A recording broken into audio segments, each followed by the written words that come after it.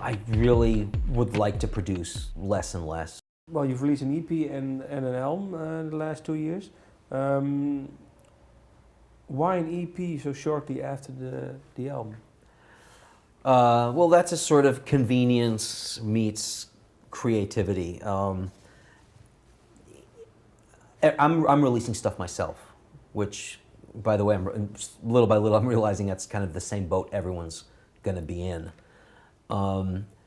It also means, right at that time, which is, I guess, a year and a half ago, when I released the album, also promoting an album. It was right at the cusp.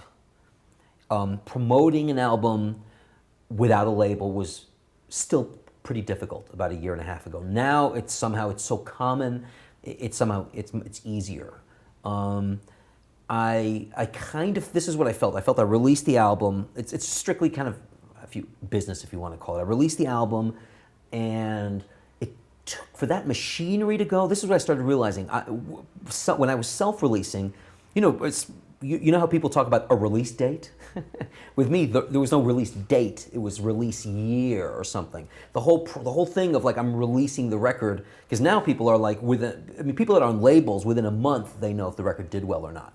In my case, doing it yourself, it's like you have to look at it in a sort of long arc. Okay, we're going to be promoting this record for a year or something.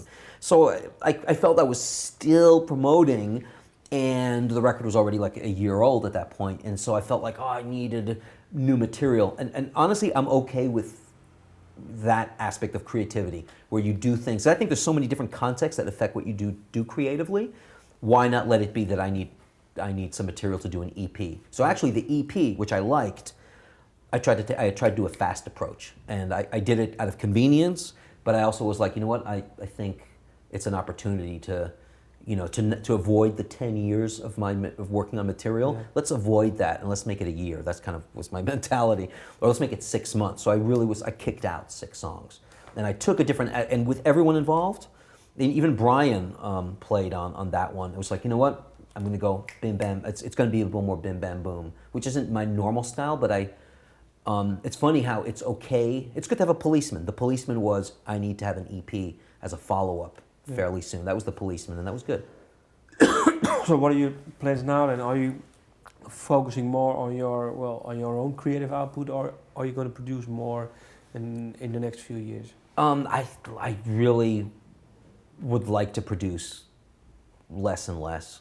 You know, it's interesting because I still feel it's something I'm good at. So that's kind of hard. I mean, it's so rare that you can. Well, it's not that it's so rare, but it's so rare in your own life that you can find the thing that you're good at. Because like I said before, I only think there's a few things you're going to be, there's only a few things any one of us are going to be good at. So for me to take one thing and just say I'm not going to do that ever again, it's a little crazy.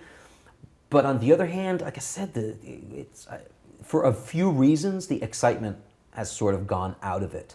What really makes the producing okay still is I like the social aspect of it. In other words, I like working with people. I like working with people that I like, and that I communicate well with, and we have fun, and also people that are interested in not killing themselves. In other words, I don't want to get into like extreme sort of mind fucks, of like 10-hour sessions and self-doubts and stuff. Like I want to do projects that somehow.